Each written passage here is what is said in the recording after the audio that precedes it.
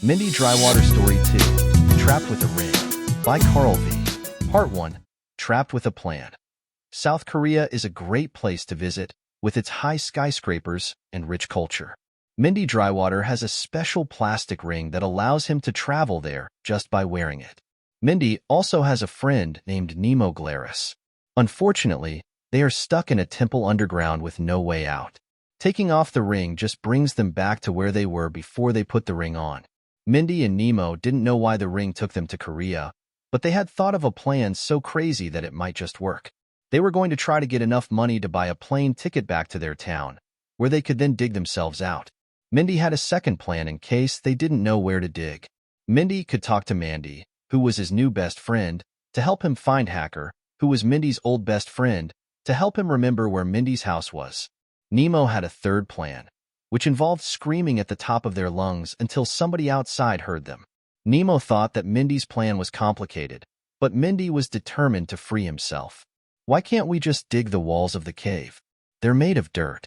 I've been trying to dig out of here ever since I was trapped here, and I'm almost certain that I'm getting close," asked Nemo.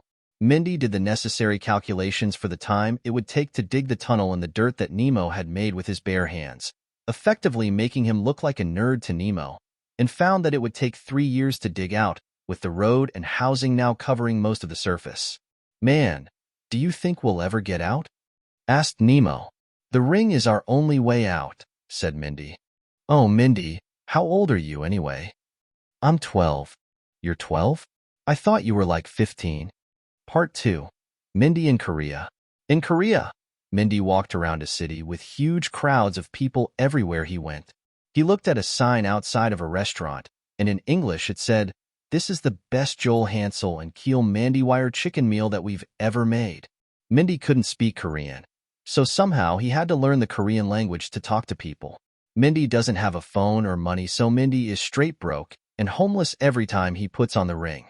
Since only one person can wear the ring at a time, Mendy and Nemo can't be in Korea together, but they take turns wearing it for a day. Mendy Drywater walked and walked the streets until he wasn't walking on streets. Mendy had made it to a small mountain village. Mendy was so hungry that he fainted right in the middle of the path. When he woke up, he was in bed in an unknown house. Mendy looked at the clock on the wall, and it said 5:09 a.m. He looked at his watch, and it said 3:09 p.m. Mendy was about to take off the ring, but a woman suddenly walked into the room. Mendy didn't understand anything that she was saying. The woman, seeing that Mendy wasn't understanding, left the room shortly. Mendy took off the ring as soon as she left. Part 3. Winning the Lottery. Mendy was back at the temple. Mendy was going to give Nemo the ring when Mendy suddenly tripped over a pot filled with mud. Nemo was sleeping but was awakened by spiders crawling on his body. Mendy came in, and Nemo put the ring on immediately. The spiders crawled away into the darkness. Mendy had to use the bathroom really badly, but Nemo had just taken the ring, so Mendy used a pot. Nemo walked the streets until suddenly, and without warning, some guy offered to give Nemo a rent-free apartment on the 138th floor of a skyscraper. He had won the lottery, and Nemo was given everything he ever wanted besides a job. Nemo kept the apartment a secret from Mendy. Nemo decided to look for a job, but wanted to scream when he wasn't hired from 16 different places. Nemo went home and cried for 2 weeks straight, effectively making him go blind temporarily. He also won the world record for the longest time crying. Nemo walked around a park, and a park bench had an advertisement in English that said, "Is there a Joel Hansel and Mendy Wire's potato nuggets meal nearby?" Nemo sold the picture frame of a painting in the apartment and bought a phone with the money. Nemo had cried for so long that he had missed Mendy's turn to use the ring by 1 week and 6 days. Part 4. We're trapped under 63rd Street. When Nemo returned to the temple, he found Mendy fast asleep on the muddy floor. Nemo slipped the ring onto Mendy's finger, and suddenly, Mendy was back in the same bed he had been in before. In Korea, Mendy woke up immediately and had an idea to escape the room. He decided to break through the floor and dug a tunnel using a spoon to get out of the house. Unfortunately, Mendy accidentally hit a pipe, causing water to flood into the room and cover everything. Mendy fled the room, but the house was massive, and he quickly became lost. As he ran around, He tripped over a pot filled with chocolate cereal. Suddenly, the house began to dissolve into the ground, and Mendy jumped out of the window. He couldn't help but think that the house might have been made of cotton candy. Loudspeakers blared to life. Speaking in Korean, Mendy decided to run into a nearby store. As he looked down, he noticed money on the floor. When he looked up, he saw a banner on the store wall that read in English, "All your favorite snacks by Keel Wire and Hansel Joey." Mendy found a loose slip of paper on the floor and decided to write a message for Nemo. However, he soon realized that he could send the note to the authorities in his town and have them send a rescue team instead. Mendy wrote, "Help! I, Mendy Drywater, and my friend, Nemo Glaris, are trapped under 63rd Street and Opal Boulevard. Please dig us out. Help us out of here." Mendy mailed the message to his town and took off the ring. Part 5. Lori Gobetti in Korea. Mendy looked for Nemo in the main halls of the temple. He searched diligently, but instead found Lori Gobetti. Lori had been living there her whole life after her parents abandoned her. Mendy was surprised that Nemo hadn't found Lori. She was famished. Mendy gave her the ring. "Who are you?" "I'm Mendy. Who are you?" Lori Gobetti. "Do you have any food or clean drinking water?" "Please, Mendy. I'm dying." "Here, this ring should help you out," said Mendy as he handed the ring over to Lori. Mendy explained to her how the ring worked, and just like that, Lori was in South Korea. She found herself in the middle of an intersection. She tried to run, but she was too weak. Lori looked up at the sky, and the clouds seemed to form English words, "A great meal for everyone. Try Wireless Hansel and Joe Mando's TV dinner meals." Lori spent the day asking people for spare change. When they refused to give her money, she cursed them out and stomped away angrily. She managed to earn 10,000 Korean wons. 1. Lori bought ingredients to make a recipe she found in a recipe book that had been discarded on the ground. She was a talented cook and prepared a delicious meal of grilled chicken with roasted broccoli. As Lori walked around the city, she noticed a painting that a man had thrown away. She took a chance and used most of her money to buy a lot of paper from a store. Lori spent hours painting. Eventually, she fell asleep, and the ring slipped off her finger. Nemo Glaris shook Lori to wake her. She was immediately furious that he had disturbed her sleep. Nemo picked up the ring and silently backed away. He had a few words to say to Mendy. "Mendy, have you seen a girl here?" Mendy admitted that he had helped Lori, and Nemo understood. However, Nemo had been living in the temple for years and had never seen her before. He couldn't help but think that the temple was larger than he had imagined. Part 6. Killing Time. Mendy walked around the temple, looking for a few rocks to kill time. He walked into a room he had never entered before and found a purple stone. When Mendy picked it up, it jumped out of his hand and broke a strange device in the corner of the room. Mendy took some of the parts of the device and made a toy boat. He made the boat as big as he could with the materials he had. Mendy played with the boat for a while, but then some strange girls started laughing right in front of him. Mendy still had the parts of the device, so he threw them at the girls without looking at them. When he looked up, the girls were gone. Mendy picked up the device parts and the purple stone and fled the room without looking back. A few seconds later, he went back to pick up the toy boat. Part 7. A room covered by a coin. Nemo put on the ring and was back in his apartment. Nemo looked at the floor and found a gold coin. When he picked it up, he noticed a hole where the coin had been. Nemo peered in and saw a small janitor's closet. Nemo didn't know why the hole was there or why a coin covered it. Nemo decided to investigate. Nemo took a picture through the hole with his new phone and went downstairs to find the room.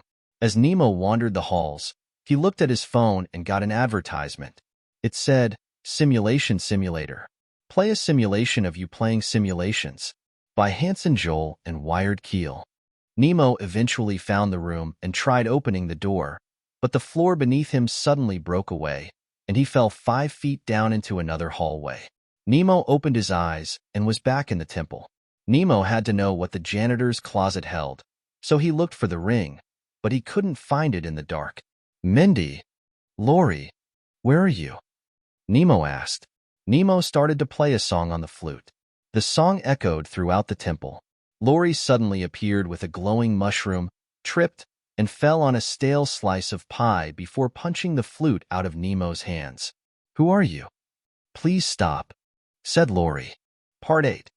Ecuadorian sights. Lori snatched the ring and slipped it onto her finger before Nemo could react to her punching the flute out of his hands.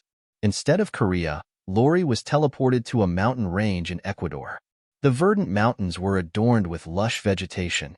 She peered over the edge and saw a moderately sized village nestled in a somewhat large valley. Lori began to paint with the art supplies she had taken from a nearby shop. She accidentally tripped and tumbled a few feet down the mountain. When she got up, she could still see the village. Lori cautiously made her way down the mountain.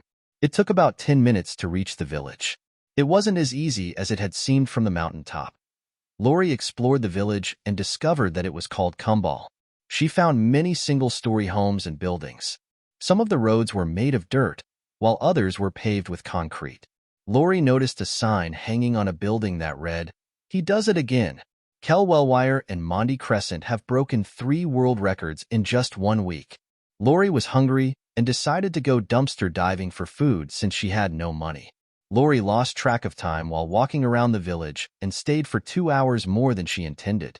Mendy wasn't sure if Lori would ever come back. Mendy had made a room all for himself in the temple. Lori had one too, but neither Nemo nor Mendy knew about it. Mendy was lying on the floor of the main hall. Lori took the ring off and appeared in front of Mendy. "Hello, Mendy Drywater. Have you mended your life yet, or is your water still too dry for your life to be mended?" said Lori. "What?" said Mendy. Lori sighed and tossed the ring toward Mendy. The ring landed on Mendy's muddy pants. When Mendy tried to get up, the floor broke away, and he fell a few feet down. Mendy landed on hard rock and was knocked unconscious. Part 9. Buried Treasures. After a while, Mendy opened his eyes and found himself in Ecuador, on the same mountain where Lori had been before. Confused and disoriented, Mendy tripped and fell down a part of the mountain. He then found a shovel and began digging for buried treasure. Mendy persisted in digging until his shovel struck something. It was a treasure chest, but it was locked. Using the shovel, Mendy smashed the lock and opened it. Inside was a small safe. Mendy took the safe to the village and threw it against hard concrete. The impact dented the safe. Using sharp pieces from the broken shovel, Mendy scraped at the dented part until he managed to create an opening. He ripped open the tear in the safe and looked inside. Inside the safe was a paper advertisement that read, "Is your life boring? Try out new, fun decorations that are guaranteed to make you smile." By Call Joe and Wiremand. The safe had a golden firework wrapped in cabbage. Mendy took it out of the safe and ate the cabbage. Mendy was on the side of the road when someone walked by. He asked them what the village was called and where it was located. Mendy decided to sell the firework to someone in Kumbal for $2,073. Mendy was confused by the U.S. currency since he was in Ecuador, not the United States.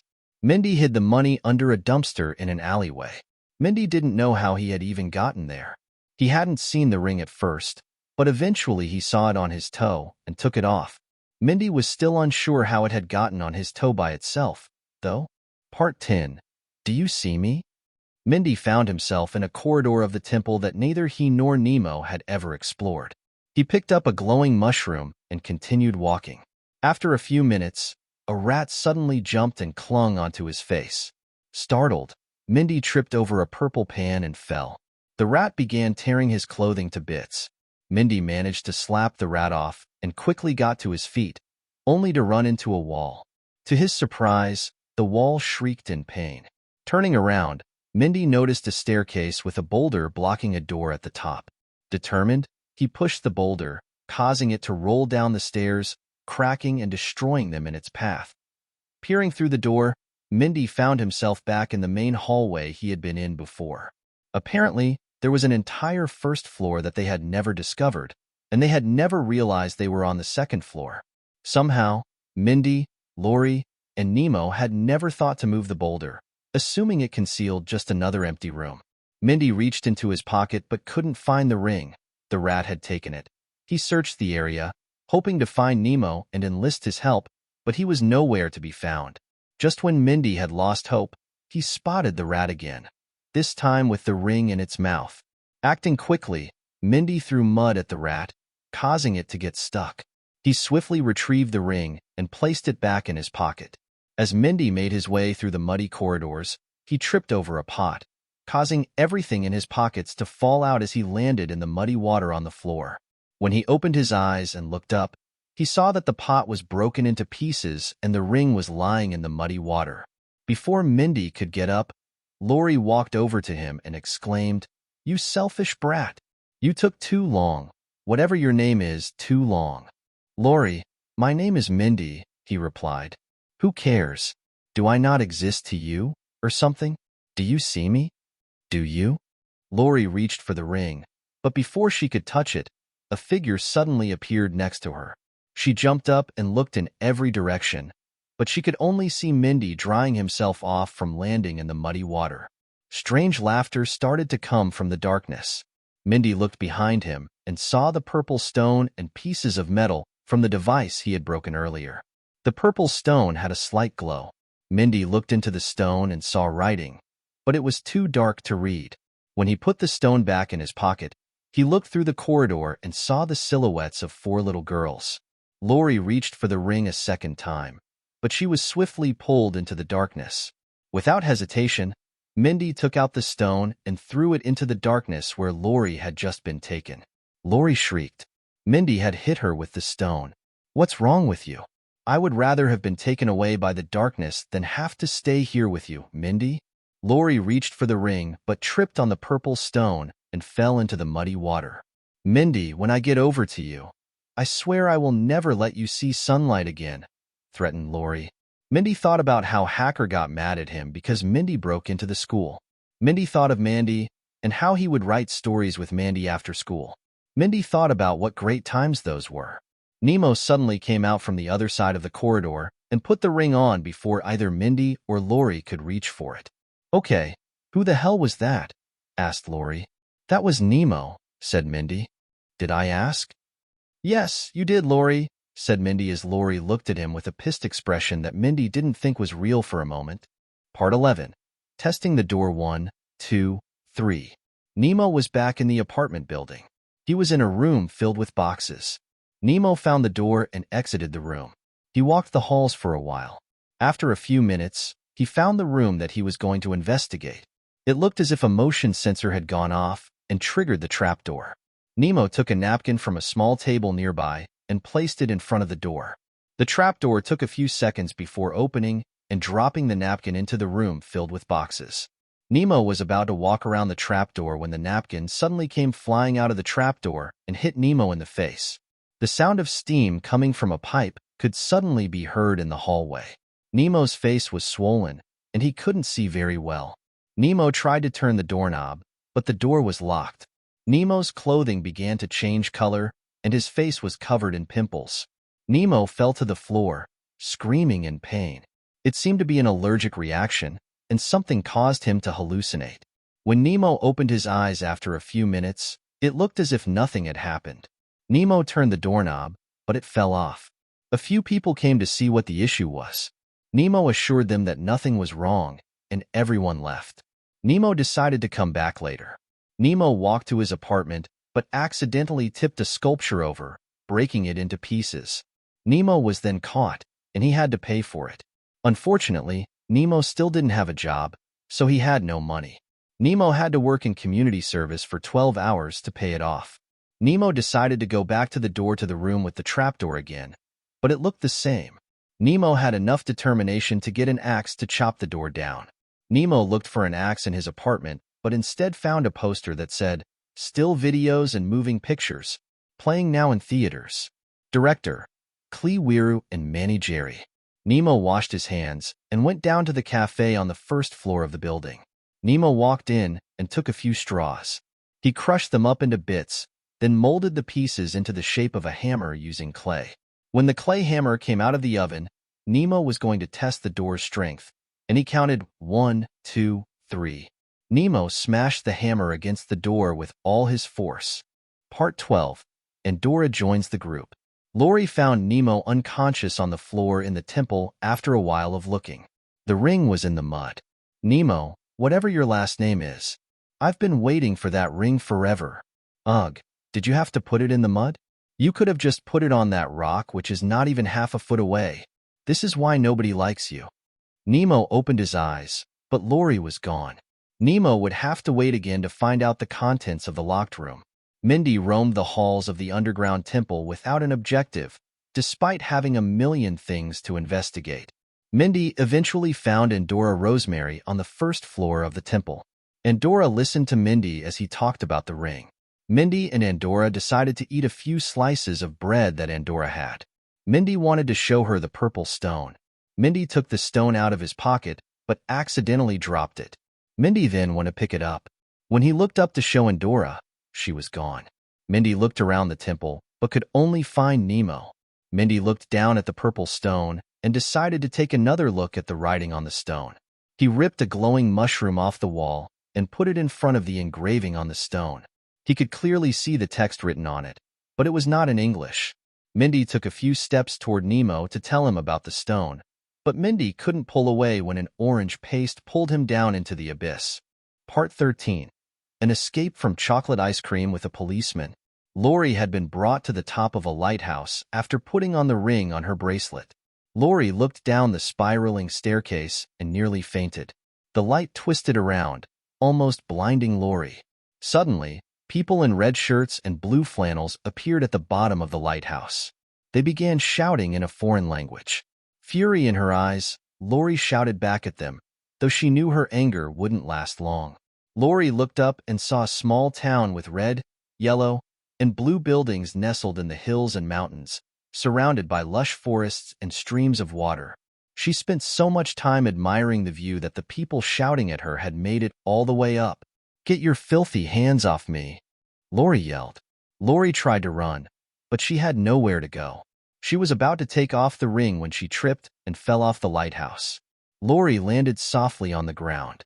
She opened her eyes to find a crew of people staring at her. Lori had landed on a mattress that resembled grass. Security escorted her away. She was still confused until she noticed the camera and director of the short film that was being recorded. Lori was taken to an office where a manager was seated. The manager spoke to the security guard, and a female translator was brought into the room. The translator addressed Lori. "So, you've been caught trespassing on the set of a live-action short film that is currently being recorded. Please understand that it is a criminal offense to sneak onto a film set here without any role in the production." The manager then said something, and the translator paused thoughtfully before speaking. However, Lori was furious and aggressively explained how she had accidentally ended up there and that it wasn't her fault. After arguing with the manager and translator for 20 minutes, Lori grabbed a picture from the wall and tore it to shreds. Lori then punched the translator, stole a poster for the short film that she snuck onto, and dipped. She ran outside into the vibrant city. There was a light rain in the air. Lori ran until she stopped at a train station. While in the train station, Lori looked at the poster for the short film and it said, "At 5 p.m., December 27th, Jenkins and Gerald have gone crazy." From Wireman and Hansel Joel. Wired Kill Productions presents gelato al cioccolato con un poliziotto. Lori looked down and found some money. She used the money to buy a camera. She took a picture of the subway system map, then hid the camera before taking off her bracelet. Part 14. The City. The peaceful and quiet alleyway made the city seem like a small village in Colorado. Nemo was unsure of what was happening. He was lying in the middle of an alleyway. Nemo rose and walked out into the streets. Nemo looked across the street and saw a small park where many people were huddled together. A protest was going on, and Nemo was somehow sucked into a huge crowd of people. Nemo's clothing was ripped and torn apart. After 2 hours of protests, Nemo had found a small bakery where he ate a few pastries that were being given away. Nemo suddenly felt strange. Nemo left the bakery and walked the streets, feeling nauseous. Nemo had been poisoned. Nemo started having hallucinations, and he tripped and fell to the ground. Nemo was knocked unconscious in the middle of the sidewalk. After having crazy fever dreams, Nemo opened his eyes and saw the ceiling of a room. He looked around while in a soft white bed. He wasn't sure if he was in a hospital or a home. Nemo felt paralyzed and couldn't move or speak. A few minutes passed, and a man wearing a white and blue coat came into the room. Nemo suddenly regained his ability to move his head but couldn't talk. The man seemed worried and walked out of the room, returning a few minutes later with a woman and her small dog. The woman looked at Nemo and then angrily whispered to the man in the coat. They soon left the room. Nemo couldn't figure out what had just happened. Nemo wanted to move, but his body couldn't respond. After an hour, Nemo could talk. Nemo decided to scream to get someone's attention. An alarm went off in another room, and laughter filled the air. Nemo opened his eyes and yelled for help. The man with the coat ran into the room. "Are you okay?" asked the man with the coat while panting. Nemo burst into tears. "I can't move my body, and people keep laughing at me," said Nemo while sobbing. Nemo looked at the man and saw goats on his forehead doing flips. Nemo was hallucinating really badly. "I will try to help you," said the man. Nemo thanked the man just seconds before the man turned purple. A different man suddenly looked over from the door. Nemo kept seeing people looking into the room from his hallucinations. They made Nemo feel as if he were being watched. The real man turned on a TV and brought it into the room so that Nemo would not be bored. An advertisement was playing on the TV when it turned on. The advertisement said, "Home is where you want to be this Christmas. On December 25th at 2 p.m., we will be hosting a virtual parade right here on this channel, so stay home so that you don't miss it." Nemo did not know what to do, and the world looked very unusual. For 2 days, Nemo was paralyzed. After the 2 days, Nemo could leave. Nemo was finally back in the world. It turns out that the man was some guy who thought he was a doctor, but he was not actually a licensed doctor. He was a nut. The woman was his wife. Nemo wanted to know who had poisoned him, so he returned to the bakery and watched the place for a while. Nemo caught the person who had poisoned him. It was a boy sitting near the counter. Nemo saw the boy sprinkle bits and pieces of a bread-like substance on some of the pies and cakes sitting behind the display cases. Nemo wanted revenge, but it would require a plan. Nemo was exhausted and decided to roam the city for a while. Nemo found out that he was in Newark, New Jersey. Somehow, Nemo didn't know where the ring was. He looked all over his body until he found it on his 11th finger when he put his hands in his pockets. He had a deformed extra finger on his left hand. Part 15. Mending the purple stone. Mendy woke up to loud sounds and noises that grew increasingly louder. He felt as if the world was chasing him and the temple was shaking. Mendy looked all around, but his vision couldn't focus. He tried to find someone, but his eyes stung, and his throat was sore. Mendy collapsed and was knocked unconscious. Lori couldn't find Mendy. She angrily stomped around the temple. Suddenly, she found the purple stone lying in the middle of the corridor. She looked closer and discovered that the stone had been smashed into 2 pieces. Lori was hesitant, but she eventually picked it up and attempted to mend it using a sticky substance she had found. After 30 minutes, the purple stone was back in 1 piece. However, the hand she used to repair the stone suddenly turned a blue-green color. She fell to the ground, feeling a pain she could never possibly replicate again. Mendy and Lori unexpectedly came across each other. Nemo had been searching for Mendy all over the temple. He glanced down a corridor and saw Mendy and Lori lying on the ground. Nemo ran towards them.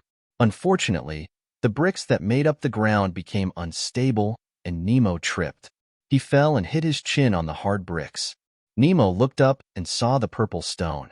With blood dripping down his neck, he crawled over and held Mendy's hand. Nemo then placed the ring on Mendy's toe, and suddenly, Mendy was back in Ecuador. Part 16. Are you in the line? Mendy Drywater woke up on the side of the road in a random town in Ecuador. It was the middle of the night, and the moon glowed brightly in the sky. Mendy immediately walked over to the dumpster in the alleyway and looked underneath it. The money he had left was still there. He reached under, but quickly withdrew his hand when he felt small critters all over it. The dumpster suddenly fell over, and a green jacket fell from the sky. Mendy then felt a hand on his shoulder. He turned around and saw an old woman with garbage bags in her hands. Mendy was startled, and the woman began staring at the money. No words were exchanged, and unfortunately, Mendy couldn't stop the woman as she took a few stacks of money and ran away, leaving the trash bags on the ground. Mendy was left with only a few $100s. Mendy wasn't sure how the dumpster had fallen over, but it seemed obvious that the woman had nothing to do with it since she didn't seem to notice the money at first, and the dumpster appeared to be hers. Mendy looked at the jacket, then up to where it had come from, and saw a group of teenagers laughing. Mendy was still unsure why they had dropped it. Mendy looked for a restaurant to have a meal and found a food cart that sold grilled meat and corn. On the side of the food cart, it said, "Carrot in Ecuador. We sell the best food, carrot y es cierto. Yo hice estos deliciosos choclos y carne. Lo hice yo, handy or clean." Before ordering his food, Mendy saw a large sticky note on the ground. He picked it up and read what was written on it. It was a note to Mendy, containing only 3 words, "Stay here, Mendy." Mendy had a feeling that Lori had left it. But why? Thought Mendy. Suddenly, the man behind the stand started speaking in broken English. "Are you in the line?" Mendy looked up and apologized. He ordered a meal and then sat down on a somewhat rusty metal chair nearby. The cheese from the corn that Mendy was eating suddenly turned rock solid. Mendy almost chipped his tooth on the thing. Mendy Drywater wiped away his tears and walked to the stand to make a complaint. Suddenly, and without warning, Mendy tripped on a rock and chipped his tooth. Mendy got up, and as the man behind the stand saw him, he put a closed sign in front of the cart and turned off the grill. "Hey, that's not fair," yelled Mendy Drywater. Sorry, estamos cerrados. Por favor, regrese mañana. "Now," Kulo said, "lose yourself," the man said. Mendy could somewhat tell what he said, but he didn't say anything since he couldn't speak Spanish. Mendy spent a few hours waiting for something to happen. He got sleepy but didn't feel comfortable sleeping on the concrete, so he took his ring off. Whoever sent that note didn't give any reasons why he should stay, so Mendy didn't care. Part 17. Trapped with a bracelet. "Mendy, how are we ever going to get enough money if we keep switching to different places?" Nemo asked Mendy. "Nemo, we are trying, but the universe, for some reason, doesn't want us to stay in Korea. Also, maybe you shouldn't have put the ring on my toe last time," Mendy responded. "Oh, I didn't realize that putting it on different body parts changed the location," Nemo said solemnly. "Hey guys, hand me the ring now." "It's my turn," Lori said as she came into the hallway. "Hey wait, what if we all wear the ring at the same time? Look, my bracelet is big enough for each of our hands to fit through." Lori continued. "We could all be teleported to the same place simultaneously with the ring in it." "Wow, an idea actually worth trying, coming from you," Nemo said solemnly without thinking twice. "Do you want to elaborate on that a little more? Nemo, do you?" Lori intimidated. Nemo immediately realized his mistake. "I didn't mean it that way, Lori. I meant it as a way for you to quit your jabber and put your hand out," Lori demanded. "Sure," Nemo responded. "What happened while I was gone that suddenly Nemo doesn't like your ideas?"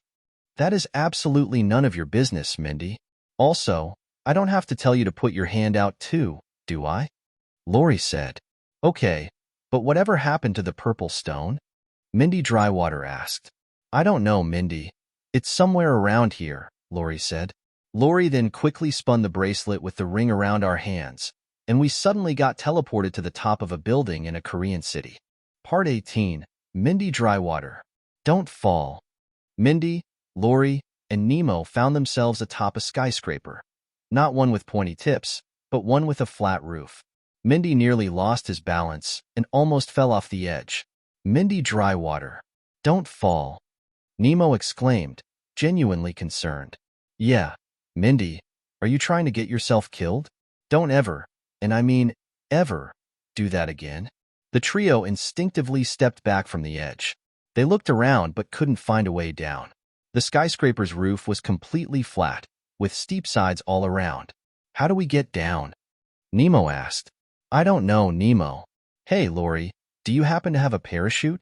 Lori rolled her eyes. "Mendy, do I even need to explain how ridiculous that question is?" "Use your eyes, Mendy Drywater." "How do you know my last name?" Mendy asked, confused. "Nemo Glaris over here told me." "Oh yeah, I did.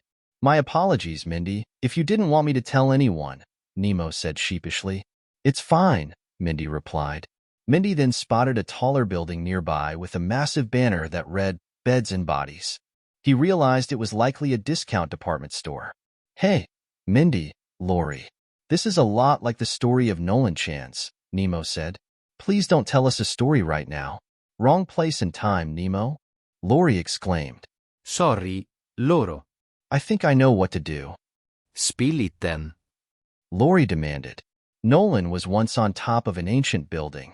He used a large stone to make dents in the roof until it eventually broke away, and he fell inside.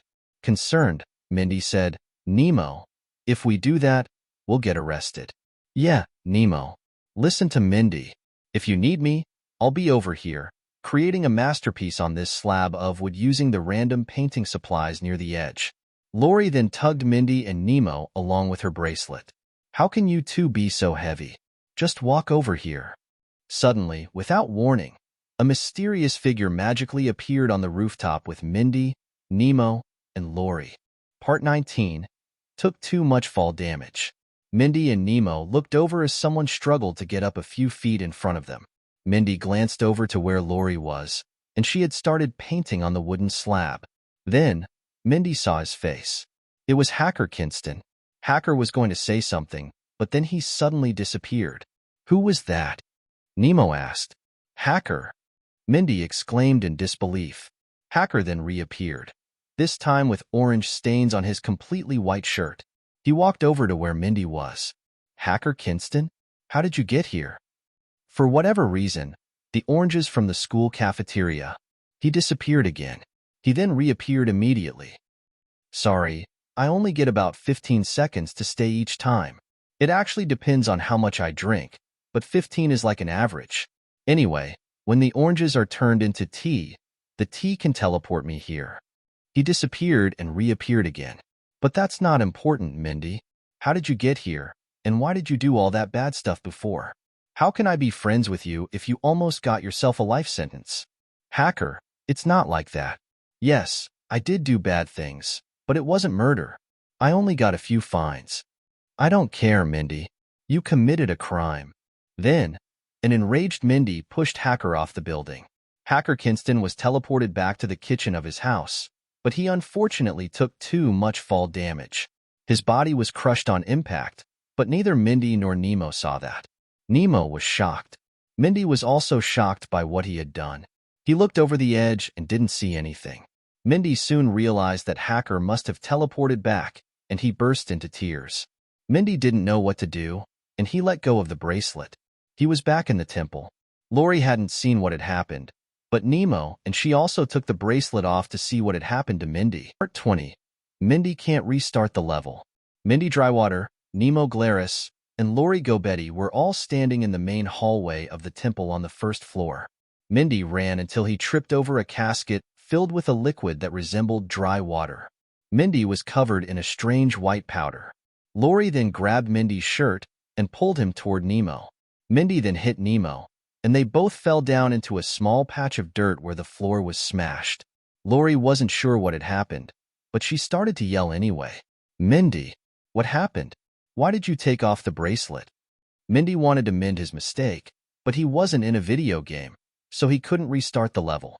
Mendy looked over at Lori and didn't say anything. Mendy then snatched the bracelet, ripped the thread, and threw it away. Mendy then put the ring on his finger. Part 21. An attempt. Mendy was in Korea. He was at the post office where he had mailed the rescue note the last time he wore the ring on his finger. Mendy's clothing was still filthy, and the guy at the counter started yelling in Korean. Mendy ran outside and found himself in the same mountain village from before. He ran back to the city, hoping to find the same building where the trio had all worn the bracelet. He searched everywhere, but he kept seeing large advertisements on big and small hologram screens. One of the advertisements read, "Don't be a fool. Buy Haley Keels and Handy Saw Wires, fresh coconuts." Mendy realized that he could use a display phone from a phone store to find his exact location and the skyscraper they were on. After 2 hours, Mendy found an electronics store and looked through the display phones. He started to hack into one but got distracted and began playing mobile games on the phone. Suddenly, he felt a tap on his shoulder. Mendy turned around to see a guy who worked there spitting in his face. Mendy was utterly confused, and the worker immediately ran away. Mendy then found the map app and spent an hour looking for the same skyscraper. He mainly searched for the bed and bodies store that he had seen while atop the skyscraper.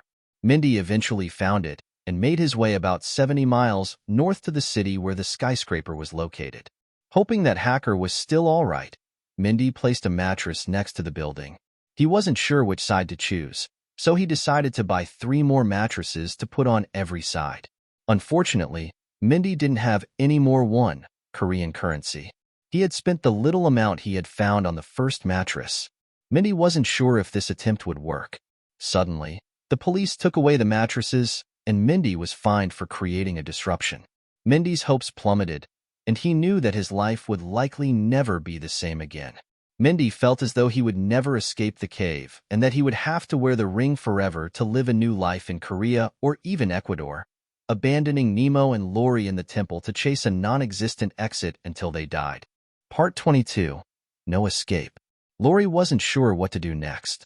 Nemo tried to dig himself out using various objects he could find in the temple. Growing bored, Nemo started to occupy himself with other things. It had been 3 weeks since they last saw Mendy. One day, after Nemo woke up, he decided to find the purple stone again to learn more about it, as it seemed like a strange and unstable device. After a few hours of searching, Nemo found the purple stone. It was unusually pale. Nemo examined the writing on it and tried to match it with the symbols on the temple walls that only he had noticed. Some of them matched, leading him to believe that the stone was important. He continued to match more phrases on the walls. Nemo went to the room where Nolan Chan's body lay and matched the symbols there as well. Then, Nemo discovered something he hadn't seen before. There were English words that matched with words from the mysterious language underneath them on a wall behind the pool where Nolan Chan's was. It read, File 37, Implode Sequence. Nemo couldn't decipher its meaning. Suddenly, Nemo noticed a shadow at the door of the room. He rushed over, but before he could reach it, he tripped over a bee's nest and was covered in stings for weeks. Strangely, the stone disappeared without a trace the following day. Despite their efforts, Nemo and Lori still couldn't find the exit. Part 23. A New Identity. Mendy Drywater was in a Korean jail. Mendy cried many nights and had terrible dreams where he would fall into orange paste. It was an unusually common recurring dream for Mendy, but he never understood what it meant. After a week, Mendy was finally released. He decided to try to start a new life with a new identity. Mendy was now named Felix Dreamweaver. It wasn't official, but Mendy wanted to believe it was. Suddenly, Mendy saw a sign at the side of the road. It said, "Be like me. I became rich from winning bingo games. You can too. Come join us at Haley Kelly and Steph Morgan's cafeteria." The sign made Mendy hungry. Mendy then tripped and fell over a pot, accidentally breaking it. There were a few bits of bread in it, so Mendy swiftly took some and ran before the owner of the pot could catch him. So much running caused Mendy to somehow find himself back at the building he had been at previously. Mendy definitely couldn't get another mattress to save Hacker. Would it even be worth it to save Hacker, the same kid who wanted to get rid of Mendy forever for breaking into the school? Mendy took the ring off with tears in his eyes. He couldn't bear living alone in a different country without money. Part 24. New Life. Mendy, the motherfucking Drywater. Did you die and come back to life or something? You were gone for weeks, yelled Lori as soon as she saw Mendy in the temple. Lori, let's go back to the roof of the skyscraper. In a less angry tone, Lori said, Mendy, are you sane? Your friend went over the edge. He died. Mendy Drywater. I just want us to live a life in Korea. I don't want to be here anymore. I'm just tired of this. I'm tired of you, Lori. You're always so aggressive and mean. Oh, Mendy, it may not seem like it, but I can't bear this crap any more than you. Mendy, I just want to say that I never want to forget you. I love you, Mendy. Platonically, right? Said Mendy Drywater, trying to make it extremely clear. Obviously, I'd never fall in love with an alien. Lori got closer to Mendy and took off her mended bracelet. Look, Mendy, let's just go now. How did? Started Mendy. Nemo suddenly came in but tripped and fell, somewhat frightening Lori. Quietly, Nemo said, Hey, have you guys seen the purple stone? Lori looked over and said, Nemo, We're going to Korea. Get your butt over here. Within seconds, they were gone. Part 25. No ring. Unusually, they were not in Korea this time. The ring had brought them to Japan. They were on top of a super thin building. Lori almost fell. Mendy did. He fell and took the ring with him. The last thing Mendy saw was a billboard that said, "Fooled.